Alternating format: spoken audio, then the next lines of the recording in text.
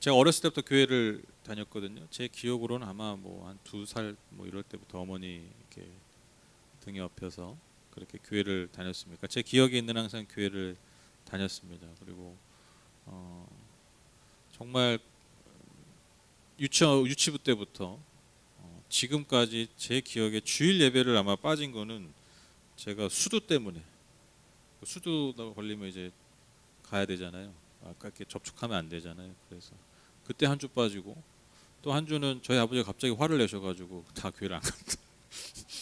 가정사가 나오는데 갑자기 우리 지금도 왜 그런지 뭐 하여튼 뭐 분노하셔가지고 그날 오는 그 집안 식구가 교회를 안 간 정말 초유의 사건이 벌어진 날이 하루. 제 기억에 정말 2주밖에 없었던 것 같아요. 뭐 대단한 믿음과 뭐 대단한 신앙, 어린아이가 뭐 그런 게 있겠어요. 그냥 가정이 다 교회 나가고 분위기가 그러니까 그렇게 나가는 것이죠. 그래도 제 안에 이제 하나님 향한 믿음이 있죠. 하나님에 대한 믿음, 또 하나님에 대한 기대가 있죠. 그래서 때때로 어린아이지만 하나님께 기도했던 기도의 내용들이 있었습니다. 근데 제가 돌이켜 볼 때 제가 어린 나이에 가장 많이 했던 기도가 무엇이었을까 생각해 보니까 이 기도 참 많이 했던 것 같아요. 하나님 제게 지혜를 주세요. 지혜를 주세요. 이 기도를 참 많이 했었어요. 왜냐하면 일단 제가 학생이었잖아요. 그래서 학생이니까 뭐 학생이 뭐가 제일 중요하겠어요. 뭐 어쨌든 공부를 어느 정도 잘 해야 되지 않겠습니까? 그래서 특별히 이제 시험 기간에 시험 공부하기 전에 하나님 제게 지혜를 주세요. 그렇게 기도하고 하나님 그래서 제가 시험을 잘 보고 공부를 열심히 해서 제가 배운 이 지식으로 하나님께 영광이 되는 삶이 되게 해주세요. 그렇게 기도했던 그런 기억이 납니다. 제가 어린 나이임에도 불구하고 그렇게 기도하니까 하나님께 지혜를 구한 가장 큰 이유가 뭐냐면 바로 오늘 본문의 내용 때문입니다. 바로 오늘 이 이야기 솔로몬이 지혜를 구했던 하나님께 지혜를 구했던 이야기. 제가 이 이야기를 뭐 목사님들 전도사님들한테 설교를 꽤 많이 들었던 것 같고요. 무엇보다 항상 지혜를 구해야 된다고 저희 부모님께서 많이 저에게 강조하셨습니다. 다른 것보다 지혜를 먼저 구해야 돼. 지혜가 가장 중요해. 그렇게 제게 많이 가르쳐 주셨습니다. 그런데 제가 이제 어린 나이임에도 제가 눈치를 채죠. 뭘 눈치를 채겠습니까? 정말 지혜가 중요해서 지혜를 구하라고 했던 게 아니라 사실 그 떡밥 때문에, 그렇죠? 그 떡밥에 마음이 있어서 야 제일 먼저 지혜를 구해야 돼. 이렇게 많이 강조하셨던 그 마음의 그 깊은 어떤 깔려 있는 마음을 어린 나이에도 그걸 제가 모를 리가 없었습니다. 목적이 지혜가 아니었죠. 사실 그로 인한 떡밥에 더 관심이 많이 있다라는 것을 제가 어린 나이에도 알게 되었습니다. 비록 통치 말기에 여러분 아시다시피 솔로몬은 하나님의 마음과 뜻을 떠나서 심지어 우상 숭배에 마저한 왕이었지만 그도 처음에는요 아버지 다윗처럼 하나님의 마음에 들었고 또 하나님을 사랑한 사람이었다라고 기록하고 있습니다. 그래서 그는요 하나님을 예배하는 사람이었죠. 특별히 그가 기브온이라는 지역에 가장 유명한 산당이 있었는데 그곳에 가서 이제 제사를 드리는 거예요. 우리가 잘 아는 일천번제를 드렸습니다. 여러분 예전에 뭐 새벽기도 일천번제 막 해보셨죠? 근데 여러분 그 일천번제가 일천번제가 아닙니다. 일천번제가 아니라 일천번제예요. 이 차이를 아세요? 그러니까 매일매일 일천번 제사를 드리는 게 아니라 일천번제. 그러니까 한 번에 드리는 거예요. 한 번에. 요 차이. 그러니까 번제 아시죠? 번제 다 태워 드리는 거. 이게 그 번제예요. 일천번 제사가 아니라 일천의 번제입니다. 지금 이렇게 얘기해도 못 말이 하실 수도 있는데 이게 좀 느낌이 달라요. 그래서 뭐 1,000번을 새벽기도하고 약간 물론 이제 뭐 적용하면 뭐 그렇게 할 수도 있는데 근데 약간 그런 느낌은 아니에요. 그냥 한꺼번에 하나님 앞에 그러니까 최고 예배를 드렸다 이 얘기예요. 할 수 있는 최대 예배를 하나님 앞에 드렸다라는 것이죠. 그래서 이제 그 하나님께서 그 예배에 반응하시는 것입니다. 그날 밤에 주님께서 꿈속에서 솔로몬에게 나타나시죠. 그리고 물으십니다. 내가 너에게 무엇을 주기를 원하느냐? 나에게 구하여라. 저는 이 장면 딱 보니까는 뭐가 생각나냐면 여러분 그 옛날 전래동화 아시죠? 금도끼 은도끼. 나무꾼이 착한 나무꾼이 나무를 패다가 연못에 그 쇠도끼가 빠졌는데 갑자기 산신령이 퐁 하고 나타나가지고 금도끼가 이 금도끼가 네 도끼냐? 아닙니다. 그 도끼는 제게 아닙니다. 은도끼 아닙니다. 그리고 이제 그 약간 녹슨 쇠도끼가 이 도끼가 네 도끼냐? 맞습니다. 그 도끼가 제 도끼입니다. 착한 사람이구나. 내가 너에게 이 모든 도끼를 다 주겠다. 그 소식을 들은 아주 나쁜 나무꾼이 그걸 이용해 가지고 일부러 도끼를 연못에 빠뜨리죠. 그래서 뭐 여러분 잘 아시다시피 금도끼를 들고 나타나는 산신령이 이 도끼가 네 도끼냐 하니까 그 도끼가 제 도끼입니다. 은도끼가 네 도끼냐? 그것도 제 겁니다. 결국 그러다가 이제 있는 도끼마저 빼앗겼다라는 그런 이야기 여러분 아마 잘 아실 텐데, 저는 마치 이 하나님의 이 나타나신 그리고 이 하나님의 이 질문이 꼭 그 산신령에 나타나서 이 도끼가 네 도끼냐, 이 도끼가 네 도끼냐라고 물어보는 그러한 모습 같습니다. 하나님의 이 질문에 솔로몬이요 뭐라고 먼저 얘기하냐면, 먼저 이제 하나님 앞에 신앙을 고백해요. 어떤 고백을 하냐면, 하나님께서 내 아버지 다윗과 이 집안에 주신 은혜를 통해서 자신이 왕의 자리에 올랐다라고 겸손하게 얘기합니다. 그러니까 자신의 능력이 아니라 자신의 어떤 신분적인 어떤 특권 때문이 아니라 그 모든 것이 결국 하나님으로부터 온 것임을 겸손하게 고백하고 있어요. 그런데 하나님께서 하나님의 은혜로 내가 왕이 됐지만, 왕이 되고 보니까 이 셀 수 없는 백성들, 그리고 아직 어리고 여러모로 부족한 내가 하나님 맡기신 이 은혜로 맡기신 이 왕의 이 특권, 이 업무를 내가 제대로 수행할 수 있는 능력이 부족합니다 라고 또다시 더 겸손하게 고백하고 있어요. 그리고 나서 우리가 잘 아는 그 유명한 기도를 드리죠. 9절 보시면, 그러므로 주님의 종에게 지혜로운 마음을 주셔서 주님의 백성을 재판하고 선과 악을 분별할 수 있게 해주시기를 바랍니다. 이렇게 많은 주님의 백성을 누가 재판할 수 있겠습니까? 여러분, 솔로몬이 무엇을 구합니까? 지혜로운 마음을 구합니다. 이게 개역 한글, 우리 아주 옛날 성경도요 지혜로운 마음으로 번역을 했는데, 그 다음에 나온 여러분 개역 개정 아시죠? 거기는요 뭐라고 번역했냐면 듣는 마음으로 번역했어요. 여러분, 이 지혜로운 마음의 이 히브리어가 원어가 레브 쇼메아라는 단어인데, 이게 원어적 의미가, 그러니까 문자적 의미가 뭐냐면요 듣는 마음이에요. 듣는 마음, 들으려는 마음, 이해하는 마음, 분별하는 마음이에요. 그러니까 어떤 의미인지 아시겠죠? 그러니까 이제 지혜로운 마음, 지혜를 구했다라고 얘기하면 뭔가 이렇게 좀 뭐 이렇게 두뇌 회전, 약간 그런 게 생각나잖아요, 그렇죠? 지혜와 지식, 약간 이런 느낌이라면 사실 그 히브리어 원어적 의미가 뭐냐면 듣는 마음, 그러니까 이해하는 마음, 공감하는 마음, 분별하는 마음이에요. 이걸 구한 거예요. 그게 지혜라는 것이죠.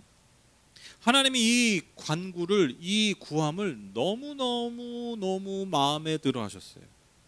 왜냐? 보통 내가 너에게 무엇을 해주기를 원하냐라고 얘기하면 여러분 대부분의 사람들이 뭘 구하겠습니까?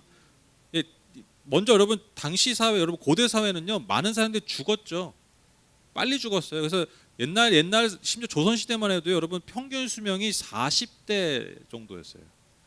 그러니까 40대 정도라니까 여러분 막연하게 40세 이후에 사람들이 많이 못 살았고 이렇게 생각할 수 있는데, 근데 사실 이 평균의 함정이 있는 게, 그러니까 어릴 때 많이 죽은 거예요. 그러니까 합쳐서 보니까 평균을 내니까 40대야. 그러니까 그 어린 나이나 요 시기를 넘어가면 또 이게 나이들을 잘 어느 정도 사는 거죠. 근데 어찌 됐건 뭐 70, 80 사는 거 굉장히 어려운 거죠. 60까지 사는 거 상당히 어려웠다는 거예요. 그러니까 여러분 환갑잔치하고 했던 거예요. 근데 여러분 더 오랜 세월은 어땠겠습니까? 그러니까 여러분 옛날 고대 사회에서 뭐 지금도 물론 좀 그런 게 있겠지만, 여러분 시대가 오래될수록 장수에 대한 열망이 컸어요. 오래 사는 것에 대해. 왜? 너무 많이 죽으니까. 너무 빨리 죽으니까. 그러니까 하나님께 뭘 구하라고 얘기하면 여러분 많은 사람들이 장수를 구했다라는 거예요. 또 당연히 부를 구했습니다. 돈. 그리고 원수 갚는 것. 하나님 이놈 잡아줘. 왜냐? 그래야 내가 사니까. 이런 것들을 구하기 마련인데, 근데 잘 생각해 보시면 여러분 이게 우리의 대부분의 기도잖아요. 그렇죠? 이게 사실 우리 대부분의 다 기도예요. 우리의 건강, 뭐 그놈, 그 처리하는 거, 이런 거 사실 알게 모르게 기도 많이 하잖아요. 그렇죠? 내 억울함. 근데 여러분 솔로몬이 뭘 구했다고요? 들으려는 마음, 이해하는 마음, 공감하는 마음, 분별하는 마음을 구했다는 거예요. 왜 구했냐는 거죠? 이 백성들을 잘 통치하기 위해서. 자기 자신을 위해서 구한 게 아니에요. 하나님이 내게 맡겨주신 이 사명, 이 왕으로서의 부르심을 잘 감당하려면 내가 이 백성들한테 올바른 판단하고 올바른 결정을 해줘야 되는데, 하나님 저에게는 그런 능력이 없습니다. 저에게 지금 가장 중요한 것은 제가 오래 사는 것도 아니고요, 저에게 많은 부가 생기는 것도 아니고요, 저를 해하려는 원수를 주님께서 다 잡아 죽이시는 게 아닙니다. 하나님께서 맡기신 이 백성들을 잘 다스릴 수 있는 지혜, 그 듣는 마음을 내게 주십시오. 백성의 소리를 잘 듣는 마음, 백성의 마음을 잘 이해할 수 있는 마음, 백성의 상황들을 잘 분별할 수 있는 마음을 내게 주십시오. 이걸 구했다라는 거예요. 하나님이 기뻐하지 아니할 수 없죠. 너무너무 기뻐하실 수밖에 없죠. 왜? 하나님도 24시간 평생을, 하나님 평생을 기도를 들으시잖아요. 평생을 여러분 그 피조물들의 기도를 들으시잖아요. 피조물들의 외침을 들으시잖아요. 거의 99.99%가 장수, 부, 원수 다 때려잡는 거였을 거예요. 근데 솔로몬이 이 기도를 하는 거예요. 얼마나 하나님이 기뻐하셨겠어요. 그래서 여러분 하나님이 뭐라고 말씀하시는 거예요? 너가 구한 그 듣는 마음, 지혜만 뿐만 아니라 주는 것뿐만 아니라 너가 구하지도 아니한 많은 부귀와 영화도 모두 주겠다라고 말씀해요. 진짜 금도끼 은도끼가 비슷하죠. 이게 동서고금을 이게 통과하는 그 기본적 이야기들이 있어요. 그리고 덧붙여서 너가 네 아비 다윗처럼 내 말을 잘 따르면, 그 뜻을 잘 따르면 너가 또한 장수할 것이다라고 약속하십니다. 그리고 꿈에서 깬 솔로몬이 이에 감사하여서 그가 예루살렘으로 돌아가서 하나님께 번제와 화목제를 드리고 백성들과 잔치를 벌이게 되죠. 여러분 오늘 이야기를 가지고 적용할 때, 우리가 이 말씀을 가지고 적용할 때 여러분 지혜를 구하십시오. 지혜를 가장 먼저 구하십시오. 이것이 하나님이 기뻐하시는 것입니다. 그리고 지혜를 구하면 하나님이 여러분이 원하는 걸 다 주실 것입니다. 여러분 이렇게 우리가 선포하고 적용한다면 아마 이 말씀을 적용하고 이 말씀에 반응하는 가장 형편없는 반응일 것입니다. 그렇죠? 이 본뜻을 완전히 벗어나는, 그 금도끼 은도끼의 그 욕심 많은 나무꾼과 똑같이 반응하는 거잖아요. 그렇죠? 여러분 놀랍지 않으세요? 뻔한 이야기인데, 딱 봐도 금도끼 은도끼인데, 여러분 금도끼 은도끼 이야기 듣고 여러분 다 무슨 생각을 해요? 저 욕심 많은 나무꾼처럼 살지 말아야 되겠다고 우리가 반응하잖아요. 생각이라도 하잖아요. 그렇게 못 살아도. 근데 여러분 우리가 그와 비슷한 이 이야기를 듣고 우리가 대부분 어떻게 생각하고 반응했냐라는 거예요. 아, 지혜를 먼저 구해야지. 왜? 다 얻으려고, 다 가지려고. 그러니까 여러분 하나님이 얼마나 기가 차시겠습니까? 그러지 말라고 하는데 더 오히려 숨기면서 더 열망하며 우리가 그렇게 반응할 수 있다라는 것이죠. 결국 뭐예요? 그런 욕심을 가지고 우리가 이 말씀에 반응한다면 결국 그 욕심 많은 나무꾼처럼 아무것도, 진짜 정말 정작 중요한 것은 아무것도 가질 수 없는, 진짜 중요한 것은 가질 수 없는 그런 존재일 수밖에 없다라는 것입니다. 여러분 우리가요 여기서 가장 중요한 포인트가 뭐냐면 솔로몬이 구한 것의 본질을 잘 봐야 돼요. 본질. 그러니까 구한 내용을 보는 게 아니라, 이게 핵심입니다. 아, 이걸 구했구나, 그럼 나도 이거 구해야지가 아니라, 여러분 핵심이 뭐냐면 왜 솔로몬이 그걸 구했냐라는 거예요. 왜 솔로몬이 지혜, 즉 듣는 마음, 이해하는 마음, 분별하는 마음, 공감하는 마음을 왜 구했냐라는 거예요. 이 왜에 대한 대답이 여러분, 하나님이 기뻐하시는 지점이라는 거예요. 제가 아까 뭐라고 말씀드렸습니까? 그가 부름받은 왕으로서의 그 부르심, 그 역할에 합당할 수 있도록 지혜를 구합니다. 하나님이 내게 맡기신 백성들, 특별히 내가 왜 왕이 됐는가? 바로 그렇게 힘없고 보잘것없는 고통당하는 백성들을 잘 섬기고 보살피고 그들의 억울함을 풀어주라고 나를 왕으로 부르셨는데, 그 맡겨주신 그 하나님이 기뻐하시는 사명을 잘 감당하려면 뭐가 필요한 거예요? 지혜가 필요해요. 그래서 솔로몬이 구한 것이고요. 그래서 그 구함을 하나님이 기뻐하셨고 그를 축복하셨다라는 것입니다. 즉 이게 바로 여러분 우리가 잘 아는 말씀, 예수님이 말씀하신 거죠. 그의 나라와 의를 먼저 구한 거예요. 이게 그의 나라와 의를 먼저 구한 아주 분명한 예시입니다. 제가 지금 여러분 뭐죠? 온라인으로 되신 분, 제가 지금 약간 뭐죠? 약간 경쟁 중에 있어요. 뭐가 경쟁 중이냐면 저 뒤에 하연이가 있거든요. 그래서 지금 하연이가 뭐 행동 다 이제 관심이 글로 갑니다. 그래서 제가 지금 대결이야 너 지금. 아주 제가 흥미진진합니다 지금. 근데 이런 분위기 참 오랜만에 해서 너무 좋은 것 같아요. 막 저는 이렇게 가끔씩 애들이 이렇게 난입할 때 되게 좋거든요. 딱 들어올 때 그 어떤 긴장스러움 저는 되게 재밌어요. 이 상황이 또 어떻게 이렇게 재밌게 풀어갈까 막 이런 생각을 하면 되게 재밌거든요. 지금 하연이가 오랜만에 와서 이렇게 뭔가 좀 생기가 있는 것 같아요. 너무 좋습니다. 자, 뭐 얘기했죠?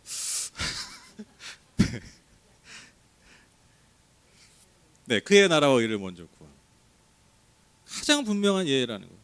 그러니까 여러분 예수님 뭐라고 하세요? 그의 나라를 먼저 구해라. 그 모든 걸 더하여 주실 것이다. 예수님 똑같이 얘기하시는 거예요 지금. 그러니까 그의 나라와 의가 뭐냐라는 거죠. 내가 더하여 받는 것을 바라보면서 따라해서 구하는 게 아니라, 내가 장수와 부와 모든 것을 더 얻으려고 내가 구하려고 바라보는 지혜가 아니라, 내게 부름받은 자리에서, 하나님이 나를 부르신 자리에서 내가 이 땅에 왜 존재하는지 깨닫고, 하나님이 왜 나를 이 자리 가운데, 이 시간 가운데, 이 시대 가운데 부르셨는지 깨닫고, 하나님 제가 그러한 부르심에 합당한 삶을 위해서 하나님 제게 이러한 것이 너무 부족합니다. 하나님 제게 그것을 주십시오. 너무너무 기뻐하신 거예요 하나님이 그거를. 왜? 죄송합니다. 그걸 구하는 인간들이 없어. 어떻게든 하나님 이걸 더해 주시면, 이 불을 주시면, 뭐 오래 살게 하시면, 저 원수 다 때려 부숴 주시면 제가 하나님 나라 위해서 열심히 일하겠습니다. 이런 인간들은 많은데, 그러니까 자기의 성공을 먼저 구하는 인간들은 많은데, 그분의 의와 나라를 먼저 구하는 자들은 없으니까 여러분 하나님이 보따리 푸시는 거예요. 너무 좋아가지고 막 하나 주고 두 개 주고 세 개 주고 싶지, 막 너무 좋지, 막 그런 거 있잖아요. 여러분들 자녀들도 막 뭐 맨날 어줍지 않냐 하다가 뭔가 잘하면 막 더 해주고 싶잖아요. 그런 거 똑같은 거예요.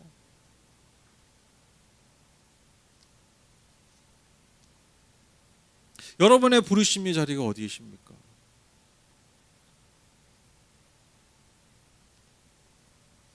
여러분 제가 늘 말씀드려요. 여러분 복음이 우리에게 주는 메시지가 뭐예요? 우리의 존재 가치를 깨닫게 하는 거잖아요. 내 존재 가치.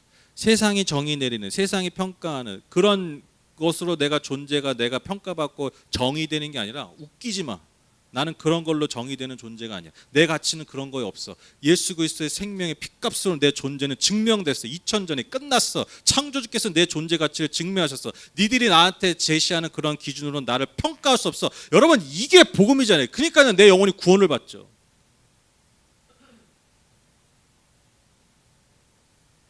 여러분 이 존재의 가치가 여러분 우리의 삶에서 어떻게 드러나고 있냐고요. 우리 그렇게 부르셨는데 내 존재값을 모르니까요 여러분 허투루 사는 거예요. 이상하게 사는 거예요. 심지어 악하게 사는 거예요. 여러분 제가 정말 안타까운 게 뭐냐면, 여러분 예를 들면 정말 나쁜 짓을 하는 예를 들면 아이들, 청소년들 있잖아요. 여러분 왜 그 아이들이 그렇게 사는 줄 아세요? 다른 게 아니에요. 자기들의 존재값을 모르기 때문에. 100%입니다. 아니 내 존재값을 알면요 어떻게 인생을 막 살아요. 내 이야기가, 내 삶의 스토리가 엄청 멋있고 멋진 그런 주인공의 삶이라는 걸 내가 이미 알고 있는데 지금 내가 좀 위기가 있다고 여러분 나락으로 떨어집니까? 아니죠. 주인공이 뭐예요? 그 위기를 멋지게 극복하는 존재잖아요. 내 존재값을 알면요 여러분 위기 가운데서 여러분 허튼 짓 안 한다니까요. 내 존재 가치를 모르니까요 여러분 내가 아는 존재 가치만큼 사는 거예요. 그러니까 저는요 그렇게 행동하는 아이들이 너무 안타까운 거예요. 얼마 전에 그 뉴스 나왔죠. 어떤 청소년애가 벤츠 훔쳐가지고 타가지고 잡혔는데 경찰이 데려가는데 그 카메라 찍는데 카메라 대고 손가락 욕을 한 거 그거 보셨죠? 아마 대부분의 분들이 저런 쳐 죽일 놈 이랬을 거예요. 근데 저 그거 보고 얼마나 가슴이 무슨 생각인 줄 아세요? 제가 도대체 얼마나 많은 상처를 받았을까? 얼마나 자기 자신을 미워하면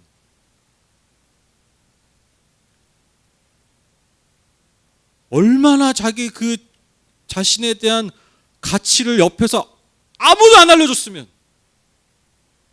아무도 저렇게 행동할 수 있을까? 너무 가슴이 아프더라고요. 모르는 거예요 자기 자신 존재 가치.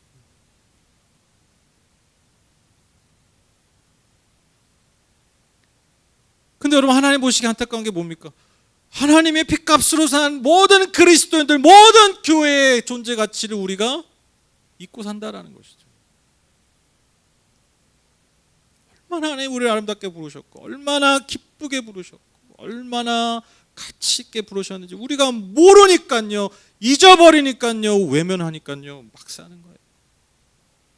내 갈 길 가는데 내 발길이 닿는데 내가 욕망하는데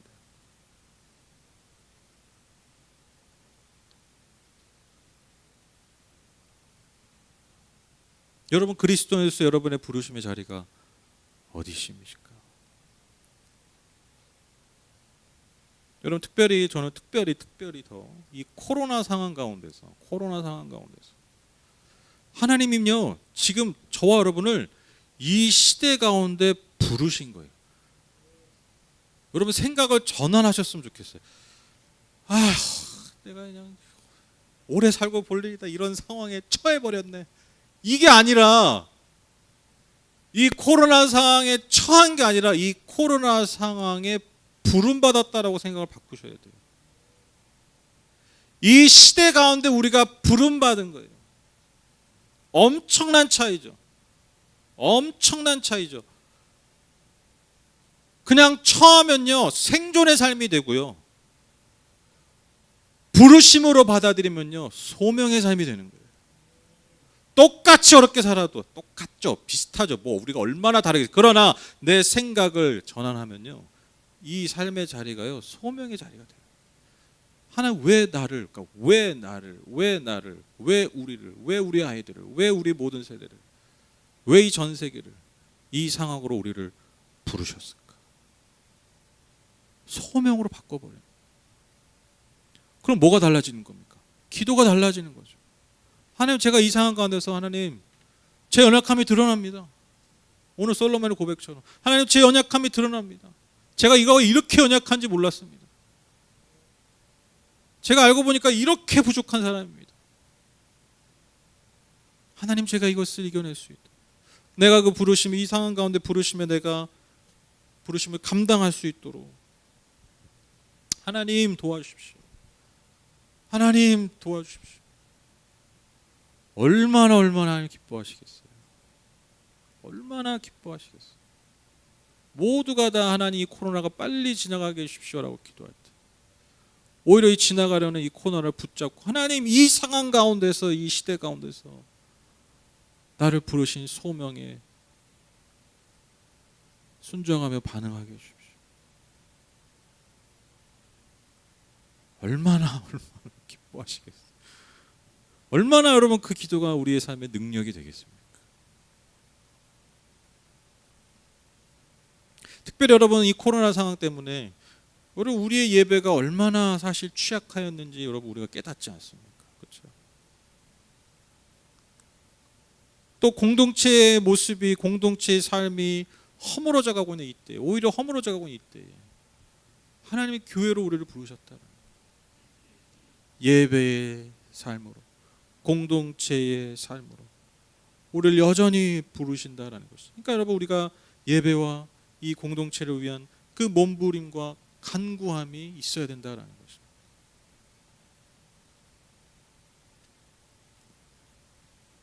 제가 만약에 이런 얘기를 코로나 되고 나서 얘기했으면요, 여러분이 제 마음의 중심을 의심하실 수도 있을 거예요. 아유 뭐 교회가 어려우니까 뭐 예배하기 어려우니까 이렇게. 근데 여러분 저를 오랫동안 보시면 알겠지만 제가 수년이 아니에요. 제가 항상 뭐 강조한 게 뭡니까? 공동체 아닙니까? 앞으로 미래 사회에서 더 중요한 게 개인의 삶이 아니라 공동체라고 말씀드렸잖아요. 그렇죠? 이게 더 분명하게 드러나 버린 거예요. 이게 더 분명하게. 여러분 세상 사람들도 어떤 분이 그런 얘기하는 거 제가 들어봤는데, 이 서양 사람들은 저녁에 어디 못 나가고 이런 건 참아도 밖에 나갈 때 마스크 쓰는 거 못 참아서 시위하는데, 이 대한민국 사람들은 마스크 쓰는 건 참아도 밤에 술 마시는 거는 술만 못 마시게 하는 건 못 참는다. 그래서 밤에 모이게 달라. 밤에 술 먹게 달라 서로. 밤에 뭐 술을 마시다는 게 아니라 뭐 하자는 거예요. 여러 사람들이 그거 하고 싶다라는 거잖아요. 술잔을 기울이면서 서로 얘기하고 소통하고. 여러분 세상 사람들도요, 최소 2명 가지고도 안 돼. 4인 이상 모이게 달라. 4인 이상 모이게 달라. 기본으로 잔이 몇 잔 돌아야 이게 못 살겠다 그러는 거잖아요. 물론 이제 장사하신 분들 더 그런 얘기. 근데 다들 그래요 또.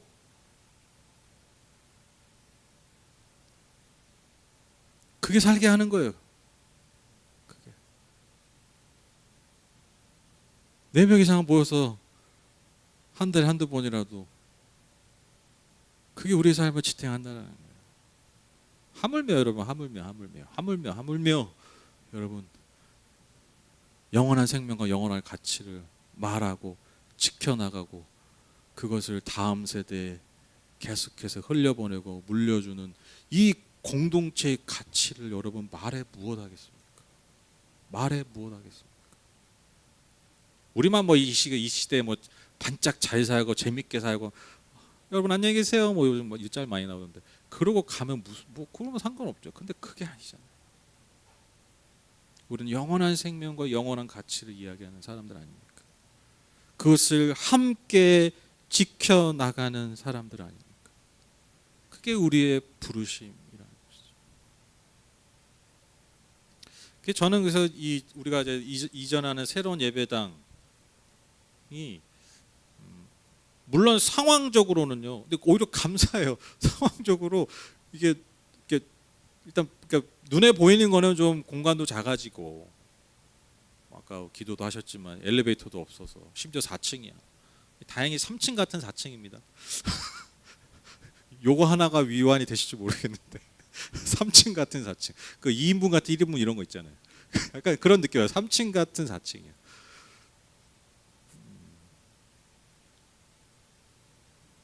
여러 가지로 뭐 환경이 지금보다는 뭐 덜, 주차장도 좁고 당연히.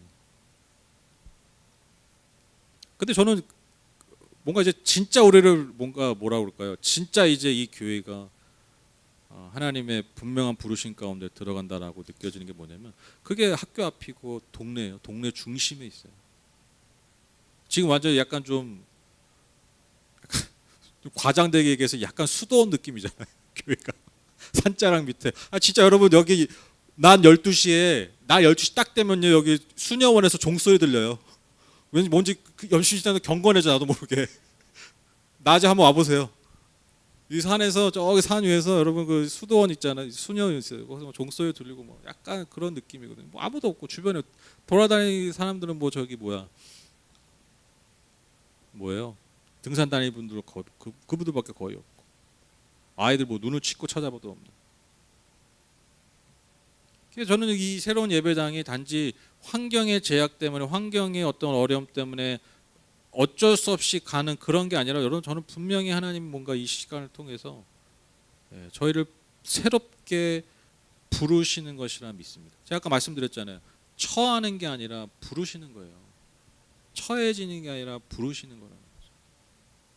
그래서 저는 뉴 노멀 시대라고 하는 이 앞으로의 시대, 뉴 노멀 시대, 앞으로의 세상이 어떻게 발전할지 모르는 이 불확실한 시대에 저는 우리를 새로운 공동체로, 교회로 부르셨다라고 믿습니다. 기대가 돼요. 함께 기대하셨으면 좋겠어요. 그리고 함께 그 부르심에 합당할 수 있도록 우리가 함께 기도했으면 좋겠습니다. 여러분, 두 번째로요, 여러분, 듣는 마음을 구하십시오. 듣는 마음. 먼저 무엇을 들어야 됩니까? 하나님의 마음을 듣는 마음. 이게 먼저입니다. 그가 하나님의 마음을, 하나님의 말씀을 듣는 마음이 있었기 때문에 백성들의 마음을 들을 수 있는 거죠. 그리고 그가 지속적으로 하나님의 말씀을 들어야 백성들의 마음도 계속해서 들을 수 있습니다. 솔로몬이 이 두 번째 실패한 거예요. 그는 하나님의 말씀을, 마음을 계속해서 듣지 못했어요. 그래서 그 마음을 떠나고, 그러니까요, 백성들의 마음을 모르니까요, 여러분, 나중에 엄청난 공사들 많이 하잖아요. 여러분, 후궁들 많이 드리잖아요. 1000명이나 되는 후궁들 드리죠. 그렇죠? 어이구, 뭐 그렇게 여자를 좋아하네, 이렇게만 보는 게 아니라, 여러분, 백성들의 입장을 생각하면요, 여러분, 그 후궁들마다 집을 지어줘요. 식솔들이 딸리죠. 그거 다 뭐로 하는 거예요? 백성들의 피와 땀으로 하는 거예요. 그러니까 후궁이 많다라는 게 그냥, 여러분, 왕이 좀 여자 이 수준이 아니에요. 많으면 많을수록 어떤 일이 벌어지느냐? 백성들의 고열이 더 빨라요. 그래서 역사적으로 항상 악한 왕들은요, 그래서 그러한 탐욕, 그러한 세욕에 빠지는 게 빠지고, 그리고 그것 때문에 백성들이 고통스러워. 그러니까 여러분, 솔로몬이 수많은 건축과 수많은 여인들을 드림으로써 그의 말년이 갈수록 백성들이 그만큼 엄청난 무게와 고통을 겪었다라는 거예요. 왜 그렇습니까? 하나님의 말씀과 마음에 귀를 닫았기 때문에. 예배는 계속 드렸다니까요. 제사는 계속 드렸어요. 솔로몬이 말을 듣지 않고 마음을 몰랐다는 게, 여러분, 솔로몬이 어느 순간부터 여러분 성전에 나가지 않았다라는 게 아니에요. 그는 계속해서 예배를 드립니다. 제사를 드립니다. 근데 뭐에 관심이 없는 거예요? 하나님의 마음의 말씀에 관심이 없는 거예요. 안 듣는 거예요. 몸은 있어도. 그렇죠? 하나님의 마음의 말씀에 공감하지 못하니까, 그러니까 공감하지 못하니까요, 반응하지 못하는 것이죠. 그래서 여러분, 우리가 가장 먼저 들어야 될 것이 무엇입니까? 하나님, 제가 주님의 말씀을 진정 듣는 마음 주십시오. 내 평생 하나님의 마음을 읽을 수 있는 하나님, 그 마음의 중심을 주십시오. 여러분, 이 기도가요, 저는 믿어요, 이게 우리의 평생을 지킵니다. 이게 우리의 평생의 방향을 지킵니다.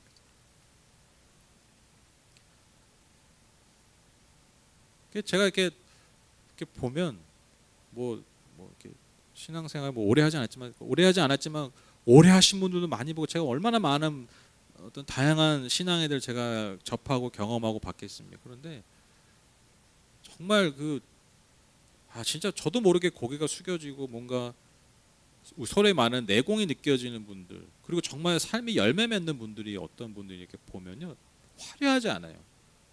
이렇게 막 구호가 많고 막 행위가 동작이 크고 막 목소리가 크고 이런 분들이 아니에요.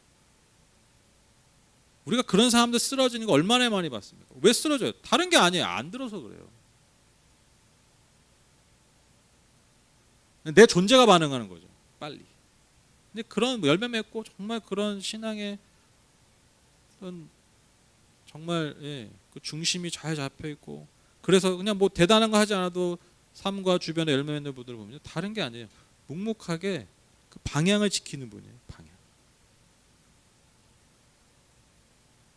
근데 그 방향을 어떻게 지키느냐? 다른 게 아니에요.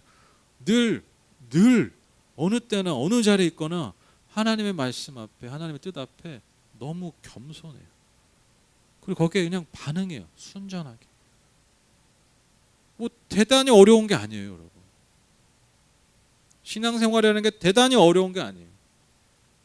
금도끼 같은 그 욕심쟁이 같은 그 마음을 내려놓고 내가 주님의 말씀과 주님의 마음을 듣는 마음을 그냥 겸손히 듣는 마음으로 살면요, 여러분 열매를 하나님 맺어 가시는 거예요.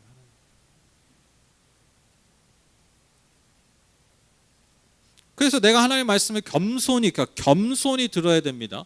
이 듣고 내가 하나님이 돼 버리면 안 돼요. 겸손히 하나님의 마음을 들으면요, 여러분 뭐가 생기냐면요, 사람에 대한 공감의 마음이 생겨요. 공감의 마음. 사람들의 마음. 그러니까 여러분 제가 말씀드렸잖아요. 그렇게 하면요, 열매가 저절로 맺어지는 게 뭐냐면, 내가 하나님의 마음을 겸손히 들으니까요, 사람들의 마음에 공감하잖아요. 그 마음을 듣잖아요. 그 마음을 읽잖아요. 그러니까요, 그 사람들과 함께 그냥 삶의 열매를 맺는 거예요. 여러분 자기 홀로 어떠한 능력이 특출함이 있어도 자기 홀로 삶의 열매를 맺을 수가 없어요. 그렇죠? 항상 여러분, 저와 여러분은 어떠한 존재입니까? 누군가와 함께 살고 누군가와 함께 뭔가를 이루어야 되는 존재들. 그게 인간이죠. 그렇죠? 소위 말하는 사회적 동물이라는 표현을 쓰는 것처럼, 즉 인간은요, 홀로 살 수도 없을 뿐더러 홀로 당연히 열매를 맺는 삶을 살 수 없어요. 그러니까 결국 인간에게 가장 중요한 게 뭐냐면요, 내가 이 사람들과 어떻게 살아가는, 때로 어떻게 사는 법의 가장 핵심이 뭡니까? 돈을 푸는 겁니까? 내가 더 멋진 사람이 되는 겁니까? 그 사람들 나를 추종하게 하는 겁니까? 그거 얼마 안 간다니까요. 추종하는 사람이 많으면 많을수록 나를 시기하고 질투하고 나를 죽이려고 하는 사람이 더 많아져요. 그게 인간 세상입니다. 그러니까 내가 이 사람들과 어떻게 잘 살고 어떻게 열매 맺고 사느냐, 여러분 그 핵심이 어디에 있습니까? 듣는 마음에 있다라는 거예요. 듣는 마음. 그들의 마음에 끄세요. 공감하는 마음. 공감하는 마음.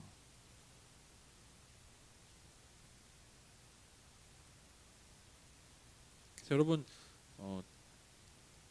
저도 참 많이 구하고 정말 소망하는 게 뭐냐면, 하나님, 저도 목회자잖아요. 심지어 하나님, 제가 공감할 수 있는 사람 되게 해주십시오. 공감할 수, 자꾸 답을 먼저 제시하려고 하지 말고 그 마음을 읽을 수 있는 사람, 그런 사람이 먼저 되게 해주십시오. 여러분, 답도요, 공감이 돼야 들어가요. 그렇죠? 답부터 제시하면요, 알아도 안 해. 기분 나빠서. 그렇죠? 맞아, 근데 안 해. 기분 나쁘거든. 근데 공감이 되면요, 엉뚱한 대답을 해줘도요, 알아서 답을 찾아가더라. 그래서 여러분, 우리 안에 마치 그리스도께서 이 땅에 성육신하심으로 모든 인간의 마음을 품으신 거죠. 그냥 저 하늘에서 구원을 떨어뜨려 주신 것이 아니라, 구원을 던져 주신 것이 아니라, 그분 자체가 이 땅에 몸으로 오셔서 우리와 똑같이 삶을 살아내심으로써 먼저 우리의 마음에 공감하신 거죠.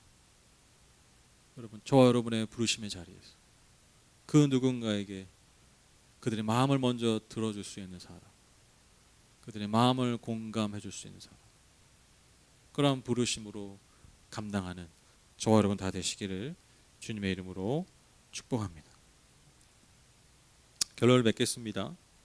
여러분, 오늘 11절에 나오는 주님의 말씀처럼, 여러분, 인간은요, 자기에게 이로운 것부터 먼저 민감하게 그것을 먼저 구합니다. 그러나 하나님이 기뻐하신 사람은 어떤 사람들입니까? 그의 나라와 그의 의를 먼저 구합니다. 여기서 말하는 그의 나라, 의가 제가 뭐라고 말씀드렸습니까? 우리의 존재가 부르신 자리, 우리의 존재값을 드러내야 하는 그 자리, 그것을 감당하기 위해서 하나님, 나를 도와주십시오, 나를 채워주십시오, 이것을 구하는 자들에게 하나님이 더하여 주시고 채우신 은혜를 부어주신다는 약속이 여러분 오늘 말씀 가운데 있습니다. 오늘 설교의 제목이 좀 우스꽝스러울 수 있는데, 그래도 이렇게 접었습니다.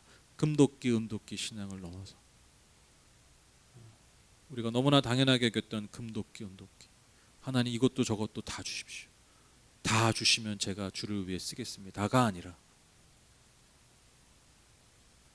하나님, 제가 지금 처한 상황이 아니라, 제가 이 코로나 상황에 처한 것이 아니라, 우리 교회가 작은 데로 4층으로 이사 갈 수밖에 없는 상황에 처한 것이 아니라, 하나님, 우리를 부르신 이 상황 가운데서, 이 자리 가운데서 그 부르심을 감당할 수 있도록 우리의 부족함을 주님 채우십시오. 우리의 연약함을 돌봐 주십시오. 우리가 먼저 그렇게 주님 앞에 기도할 수 있는 저와 여러분 다 되시기를 주님의 이름으로 부탁을 드립니다. 나아가서 하나님의 마음을 먼저 읽을 줄 아는, 그래서 사람들의 마음을 함께 읽어낼 줄 아는, 공감할 수 있는 저와 여러분 되셔서 이 시대 하나님 우리를 부르신 그 부르심의 목적, 교회의 목적, 성도의 부르심을 감당하고 성취하는 저와 여러분 다 되시기를 주님의 이름으로 축복합니다. 기도하시겠습니다. 고백할까요?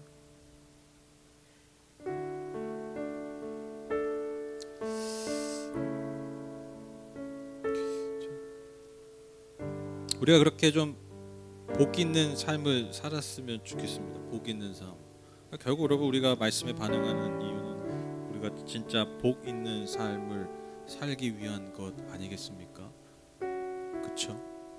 여러분 금도끼 은도끼를 가져서가 복 있는 게 아니라 금도끼 은도끼를 줄 수밖에 없는 사람이기 때문에 복 있는 것입니다.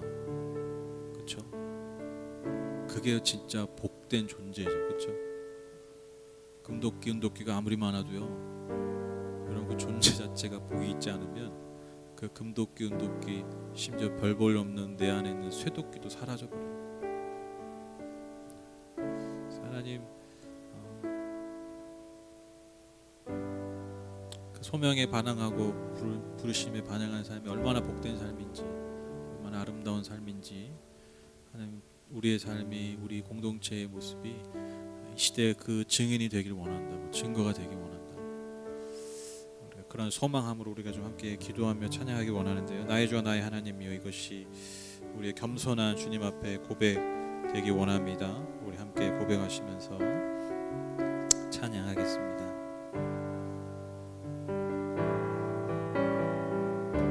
나의 주 나의 하나님이여, 나의 주 나의 하나님이여,